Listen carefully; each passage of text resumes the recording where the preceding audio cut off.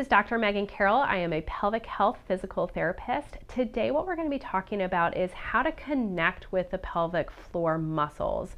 So sometimes depending on what's going on with you, we may need to strengthen those muscles. We may need to actually relax and lengthen those muscles, or we might just need to work on the coordination of those muscles with the rest of your body. So in order to do that, it is helpful, not always necessary. I will throw this out. It's not always necessary, but it is really helpful to have a mind to muscle connection. So most of us kind of know it as a Kegel. Dr. Kegel, who studied postpartum women, sort of found that weakness and was like, hey, squeeze that muscle and you'll get stronger again. So that's where that name has gone, sort of come from. And I actually think it's technically pronounced Kegel, but we won't split hairs today. So how to do a Kegel? There's a lot of different ways and different sayings that some really resonate with some people and some resonate with others. So we're just going to try a few. You see what you feel the strongest with, what you connect with. So we can start off with just the most basic. Go ahead, do a Kegel squeeze. And actually, I'll back up. I like to do the sitting at first. You could do it in lots of different positions, but a lot of times I'll say square up on your chair, make sure your feet are supported, kind of feel your sit bones, right here on either side, be right on top of those, not dumped back on your back or forward on your thighs. And then we're really kind of feeling and being aware of the muscles right in between those two sit bones. Sometimes it's comfortable helpful to roll up a small hand towel or washcloth, sit on top of that. Or if you feel comfortable with it, you can even sit on your hand just to sort of get a little bit of a feeling and a sensation and feedback of what those muscles are doing. All right, back on program. So let's start off with just do a Kegel squeeze. Do you feel a little bit of a lifting up and in, those muscles lifting up and away from that towel roll if you're sitting on one, and then relax down. Don't forget to relax in between. How'd you do with that? The next one, this is kind of my favorite. What you're going to do is you're going to blow out 100 birthday candles. So we just put out 100 birthday candles in front of you. You're going to be blowing out smooth and controlled at each one. And especially as you get to candle 97, 98, 99, you'll really feel those muscles activate. So slow, controlled, all the way out. You might actually first notice your abdominal muscles sort of drawing in, that belly button drawing in, that waist narrowing. But did you also feel your pelvic floor muscles lifting up and in? Again, especially as you get towards the end of that breath. How'd you do with that one? All right, let's switch it up. Let's pretend that we're going to the bathroom and you're going to stop the flow of urine. So for whatever reason, you just have to stop midstream. Can you do that? Relax.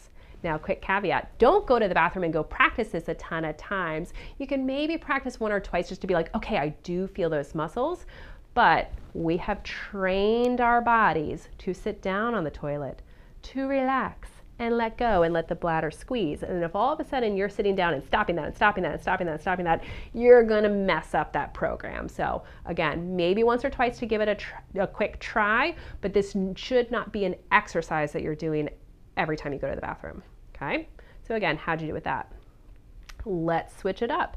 Let's just pretend that you just walked into an elevator, so did 4 other people, and you feel that little rumbly in your tumbly, big old gas coming on. You don't want to let that pass. So go ahead, hold in that fart. Can you do that and relax? All those muscles are going to work together. So you might feel it a little bit more around that anal opening if you can kind of feel that fart, kind of hold that in. And then again, relax, release it. So if you connected better there than holding in or stopping the urine stream, go ahead, start there and then zip it up to the front. Can you do that? All right, make sure you relax those muscles. Let's try this. And I will apologize. Everyone loves to use these food analogies. It makes me feel a little bit gross, but for some people it works. So let's imagine that you are sitting and you're gonna pick up a blueberry. You're gonna pick up a blueberry, bring it up into the vaginal canal, and then slowly lower it back down. Maybe we can even try a marble. Anything going into the vaginal canal, maybe not the best, but again, we're just using it in our mind. So you're gonna slowly pick up and then set it back down. Conversely, last one, and again, apologies that it's a food example, but you're gonna imagine that you've got a really thick smoothie or milkshake. You're gonna suck up that smoothie through a straw and then let it come back down. So which one of those worked well for you? Did anyone feel stronger or more connected in your brain, one versus the other? Try them all out and then try them in different positions. Standing up, sitting down, being on hands and knees, different things that you're doing. Okay, so that's how to engage, how to strengthen and lift those muscles. But we also have to release and lengthen those muscles as well. So every time that you kind of relax, was it sort of slow to come down? So now we're going to use our breath again. You're going to get into belly breathing. Okay, so it might be helpful to have your hand on your chest and on your belly. You're going to take slow, deep breaths. Just start to notice first, what's your pattern? Are you a chest breather here or are you a belly breather here? If you are a chest breather, can you draw that breath down deep into the belly? Almost imagine like you have a balloon and you're filling that balloon in your belly. So first just practice that. That might take a little bit of practicing. It might even be easier laying down. And then once you connect with that, shift your attention down to that pelvic floor. Do you feel a lengthening on that inhale? So just like your belly is expanding on the inhale and then relaxing on the exhale, expanding on the inhale, relaxing on the exhale. Do you feel how it is kind of lengthening and opening through the pelvic floor?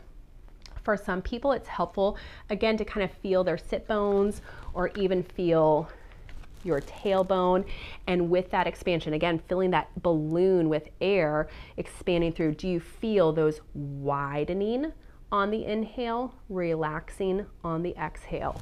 Widening on the inhale, relaxing on the exhale.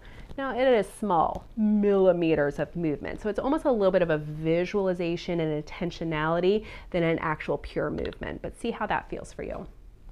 And then for lengthening those muscles even further, so when you're having a bowel movement and you need to create that pressure down, you're going to want to breathe into the pelvis to create that little bit of that length, and then blowing out like you're blowing bubbles or blowing bubbles into like a drink through a straw, blowing out but sending that pressure down. So before we did that blowing out of the birthday candles, but we were doing a lifting up as you were going out. But now we're going to breathe deep into the pelvis. I almost think about like a magician like pulling an energy ball and then sending it down. So you want to practice that breathing out, sending that pressure down for a bowel movement, for that lengthening, that gentle lengthening of the pelvic floor muscles without holding your breath, because that's not so good for us. We want to have a nice relaxed pelvic floor. Breathing out is almost like a pressure release valve, okay? So you are also going to want to match your pressure for actually what you're pushing against. So sometimes we have that urge to go to the bathroom, but that stool is still sitting up high in the rectum, so you kind of give a little pressure down, give a little pressure down, give a little pressure down, give a little pressure down. And then on the last one, maybe you do have to give a little extra to it, but don't start off with that. Hope those are helpful. Again, a lot of times it takes a lot of practice. It takes a lot of thoughtfulness. So you might have to really kind of focus on what you're doing for a while. But then once you kind of connect the mind to those muscles, you can feel when they engage. You can feel when they relax, and you can feel how they lengthen. Hope those are helpful.